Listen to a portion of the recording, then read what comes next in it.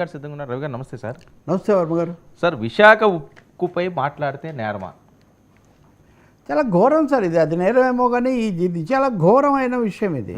ఇప్పుడు మీకు తెలుసు, మనము దాన్ని ఒక ప్రత్యేకమైన అంశంగా తీసుకొని మనం ప్రతిసారి మాట్లాడుతున్నాం. అది కూడా అదేమీ ఏ ఒక్కరిది కాదు, ఎవరిని తిట్టడం కాదు, ఒక పార్టీకి సంబంధించింది కాదు. విశాఖ ఉక్కు ఆంధ్రుల హక్కు అన్నట్టుగా మనము దాని మీద వచ్చిందని అమ్మకండి బాబు, బేరం పెట్టకండి. రాష్ట్రానికి ఉన్నదే ఒక పెద్ద పరిశ్రమ, దాంట్లో ఓ 10,000 మంది పైన కార్మికులు, కాంట్రాక్ట్ కార్మికులు ఇంతమంది ఉన్నారు, వాళ్ళు అన్యాయం చేయకండి అని ఘోషిస్తే దాని మీద ఇప్పుడు ఏమైంది? నిన్న ఆ త్రినాథరావు అని ఆయనకు కేంద్రం జవాబు రాసింది స్వయంగా. ఏమని? మా ఆలోచనల్లో ఎలాంటి మార్పు లేదు, అమ్మడం టోటల్గా అమ్మడం కానీ లేకపోతే ప్రైవేటీకరణ చేయడం కానీ, ఇది రెండే ఆలోచనలు మాకు ఉన్నాయని చెప్తే దాని మీద కార్మికులు ఆందోళన చేస్తున్నారు, ఉద్యమం జరుగుతూ ఉంది. దాని మీద మనం కూడా మాట్లాడాము, అది చూపిస్తే ఈరోజు fact check AP government in fact check అంటే ఏది ఫ్యాక్ట్ సార్? కేంద్రం ఇచ్చిన సమాధానం ఫ్యాక్టా? ఇది ఫ్యాక్టా? రాష్ట్ర ప్రభుత్వం ఏమీ సమస్య లేదు అని చెప్తున్నటువంటి హామీలు ఫ్యాక్టా? ఇవి ఫ్యాక్టా? లేదంటే ఇదేమైనా ఫేకా? ఎవరిని సార్ బెదిరిస్తున్నారు ఇక్కడ? దీంట్లో బెదిరింపు ఏమని? దీని మీద ఏమన్నా ఇది ఈ వార్త కూడా పత్రికలో వచ్చింది. మీరేమన్నా దుష్ప్రచారం చేస్తే మేము తీసుకునేటటువంటి చర్యలకు మీరు లోబడి ఉంటారు అని చెప్పి హెచ్చరిక. ఎవరిని హెచ్చరిస్తున్నారు? మీరు మేము ఇంకొకరు మాట్లాడితే తప్పని చెప్పడం కాదు, మీరు మాట్లాడండి. ఘనత వహించిన ముఖ్యమంత్రి గారు, ఉప ముఖ్యమంత్రి గారు ఢిల్లీలో ఉన్నారు కదా, మీరు మాట్లాడండి. ప్రధానమంత్రి గారితో మాట్లాడి దీన్ని కొంచెం ఒక హామీ ఇప్పించండి, ఒక్క ప్రకటన ఇప్పించండి. ఇప్పుడు సగం మాట్లాడటము, ఏమీ లేదని చెప్పడము, కాపాడుతాము, 11,000 కోట్లు మేము తెచ్చాము, 11,000 కోట్లు మేము తెచ్చాము, కార్మికులు ఘోషిస్తున్నారు సార్. నేను ఇప్పుడు ప్రభుత్వం వారిని చూపించాను, కార్మికులు వేసిన పుస్తకం చూపిస్తున్నాను నేను మీకు. కార్మికులు ఊతం ఇవ్వని ప్యాకేజ్, ఇది కార్మిక సంఘాలు వాళ్ళు వేసింది సార్, నేను వేసింది కాదు. కార్మిక సంఘాలు బుక్ వేశారు, ఇది ఏమాత్రం మాకు ఊతం ఇవ్వదు, మా దగ్గర కార్మికులు ఎక్కువ అని మీరు ప్రచారాలు చేస్తున్నారు, చాలా తక్కువగా ఉన్నారు, 5,000 మంది కార్మికులు ఇప్పటికే తగ్గిపోయారు, కాబట్టి ఎలా అయినా కాపాడండి అని వాళ్ళు ఘోషిస్తున్నారు. అలాగే కేంద్రం నుంచి కేంద్ర శాఖ కార్యదర్శి స్వయంగా కార్మిక నాయకుడికి లేఖ రాస్తున్నాడు, జవాబిస్తున్నాడు. అఫీషియల్ రిప్లైని పోనీ ఒక్క ప్రకటన చేయించండి, ఎవ్వరూ మాట్లాడే అవసరం లేదు, ఒక్క ప్రకటన చేయించండి. మొత్తం విశాఖ ఉక్కు మొత్తం గప్చిప్ అయిపోతుంది. చంద్రబాబు నాయుడు గారు, కుమారస్వామి లేదా చంద్రబాబు నాయుడు గారు నిర్మలా సీతారామన్ కలిసి విశాఖ ఉక్కు ప్రైవేటీకరణ ఆలోచన అయిపోయింది, మేము ఇంకా ప్రైవేట్ చేయడము, ఇది ప్రభుత్వ రంగ సంస్థగా కొనసాగుతుంది. గతంలో ఆలోచన విరమించుకున్నట్టుగా కేంద్రం చెప్పకుండా పదే మీరు ఎలా మాట్లాడుతున్నారు?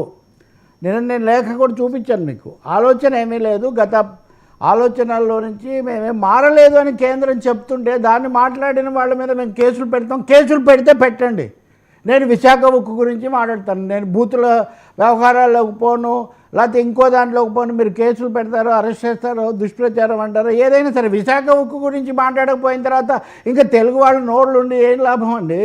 ప్రాణాలు ఇచ్చారు, శాసనసభ్యత్వాలు మానేశారు, ఆమరణ నిరాహార దీక్షలు చేశారు, ఇవన్నీ జరగలేదా? మీరు కూడా మాట్లాడారు కదా జగన్ ప్రభుత్వం ఉన్నప్పుడు. నేను జగన్ ప్రభుత్వం ఉన్నప్పుడు కూడా మాట్లాడాను. పోస్కోతో ఒక ఒప్పందానికి వచ్చారు, వాళ్ళు ముందే అమరావతికి వచ్చి జగన్తో మాట్లాడారు అని. ఆ మాట్లాడినప్పుడు కూడా ఆ రోజు కూడా మాట్లాడాను నేను జగన్ ప్రభుత్వం ఉన్నప్పుడు కూడా.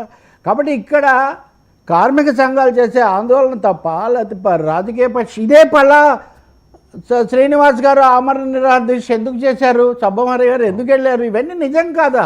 అంటే మా పార్టీ మారితే పొద్దుతిరుగుడు పువ్వులాగా మారిపోవాలి మనుషులందరూ ఎందుకు మారుతారు సార్?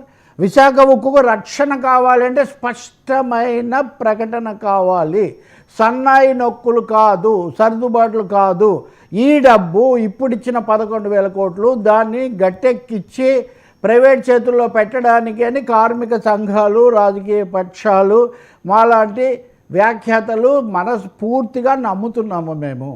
దీన్ని కనుక కాదు మేము కాపాడుతామనుకుంటే ఆ ప్రకటన కేంద్రం నుంచి రావాలి. అంటే ఒకటండి, ఇప్పుడు ఏదో సామెత చెప్తుంటారు కదా, నారు పోసిన వాడు నీగిపోయాడని.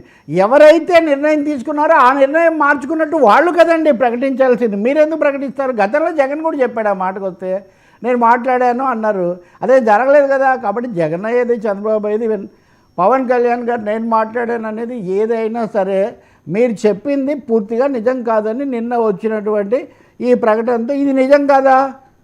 నిన్న మనం చేసిన చర్చ త్రినాథరావు నాయనకు వచ్చిన జవాబు, త్రినాథరావుకి జవాబు అన్నది ఊరికే అది ఒక సందర్భం వచ్చింది కాబట్టి మాట్లాడుతున్న విషయమే, కానీ ఇది అందరికీ తెలిసిందే విశాఖపట్నంలో కానీ ఇంకో చోట కానీ.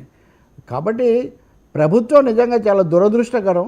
ఇది విశాఖ ఉక్కును కాపాడడానికి చూపించాల్సిన శ్రద్ధ దాని మీద మాట్లాడే వాళ్ళ నోరు నొక్కడానికి మేమేదో కంటి తుడుపు మాటలు మాట్లాడుతుంటాం, మీరు కూడా నోరు మూసుకొని ఉండండి, అది ఎలా కుదురుతుందండి? మీరు అఖిలపక్షం తీసుకెళ్ళండి, కార్మిక సంఘాలలో అయితే అన్ని కార్మిక సంఘాలను కలిపి తీసుకెళ్ళి ఒక ప్రకటన ఇప్పించండి. ప్రకటన కాదు, లిఖిత ప్రకటన కావాలి. ఓరల్గా చెప్పే మాటలకు ఏం లేదు. చాలాసార్లు అటు చెప్తాము ఇటు చెప్తాము, సందర్భానికి వెళ్ళిపోతుంటుంది. కాబట్టి నేను ఈ హెచ్చరిక, ఈ బెదిరింపు అన్నది దీని మీద ప్రభుత్వం ఏం వివరణిస్తుందో నాకు తెలియదు. బహుశా ఒక్కోసారి అదేదో ఫేక్ అనో లేకపోతే ఇంకోటి అంటారో లేదో నాకు తెలియదు. కానీ ఇదే కనుక నిజమైతే, ఎందుకంటే దీని మీద ఫ్యాక్ట్ చెక్ ఏపీ గవర్నమెంట్ అని ఉంది, ఉన్నది నేను వచ్చింది నాకు దొరికింది నేను చూపిస్తున్నాను. ఇది నిజమా కాదా, ఒకవేళ ఇది ఫేక్ అని ప్రభుత్వం ఏమైనా ప్రకటన చెప్తుందా?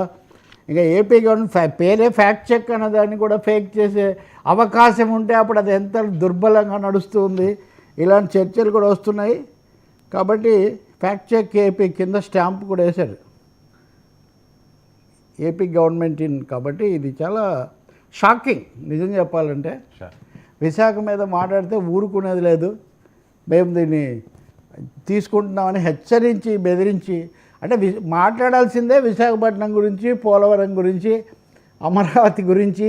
అప్పుడే అప్పుడు కూడా మాట్లాడారు సార్, పదే పదే సవాల్. అప్పుడు ఎందుకు ఎవరు మాట్లాడలేదని ఎవరికి సవాల్ చేస్తున్నారు? ఆశ్చర్యం వేస్తుంది. ఇప్పుడు మీరు మానేస్తున్నారు. ఇప్పుడు అమరావతి వచ్చింది కాబట్టి ఇప్పుడు డబ్బులు అడగడం మీరు మానేస్తున్నారు. లేదా పోలవరం అక్కడ మీరున్నప్పుడు వాళ్ళు ఉన్నప్పుడు కూడా ఆలస్యం అయిన తర్వాత కేంద్రం ఇంకా ఆలస్యం చేస్తుంటే కేంద్రాన్ని అడక్కబోగా కేంద్రమే గొప్పది, కేంద్రమే గొప్పది, కేంద్రం వరప్రసాదిని అన్నట్టుగా మీరు మాట్లాడుతున్నారు. రాజకీయ అవసరాల కోసం మీరు మారొచ్చేమో, కానీ ప్రజల కోసం, విశాఖలో కార్మికుల కోసం. నిన్న పల్లా శ్రీనివాసే మళ్ళీ ఏది ఫ్యాక్టరీ పెట్టినప్పటి ఎప్పుడు పెట్టారంటే అది విపి సింగ్ దానికి చేసింది. ఇప్పటికీ వాళ్ళకి 20 కుటుంబాలకు పరిహారం ఇవ్వలేదు. ఇంకా దాన్ని రిప్రజెంట్ చేయలేదా మరి మీరు? అసలు రాజధానే పెడతామన్న వాళ్ళు రిప్రజెంట్ చేయలేదు. కాదు మాదే అడ్డా అన్న వాళ్ళు చేయలేదు. ఇప్పుడు విశాఖ ఉక్కు కూడా ఎసరు పెట్టారు. కార్మికులు అమరావతిలో 1400 రోజులు నిరాహార దీక్షలు చేశారు. వాళ్ళకు మనం సంఘీభావం అందరూ బలపరిచారు. మరి అదే విశాఖ ఉక్కు వాళ్ళు కూడా చేస్తున్నారు కదా. ఈ డబుల్ స్టాండర్డ్ ఏంటండి ఇది? నేను అప్పుడు చెప్పా, అప్పుడు వకీల్ సాబ్ సినిమా వస్తుంది, వకీల్ సాబ్ విశాఖ కేసు కూడా వాదించాలి అని నేను చెప్పా. ఇప్పుడు Vakeel Saab deputy chief minister కూడా అయ్యాడు. ఇప్పుడు ఆయన మరింత పవర్ఫుల్గా మోడీ కోర్టులో వైజాగ్ కేసు వకీల్ సాబ్ టేకప్ చేయాలి. అది నా నినాదం. కాబట్టి నేను మీరు మాట్లాడకపోవడం హెచ్చరికలు కాదు, సాక్షాత్తు వకీల్ సాబ్ ఆ కేసు టేకప్ చేయాలి అదాలత్లో. అదాలత్ మోదీ సాబ్ వకీల్ సాబ్ ఏం చేస్తారో చూద్దాం. సబ్కా సాత్ సబ్కా వికాస్ అంటున్నారు కదా. విశాఖ కూడా ఆప్కే సాత్ లే చలో సాబ్, ఉస్కా ఇన్సాఫ్ కరో సాబ్ అని మనం అడగాలి. సార్ మరొక స్టీల్ ప్లాంట్ అంశం ఎలా ఉంటే వైజాగ్ సినీ జోన్గా చేయడం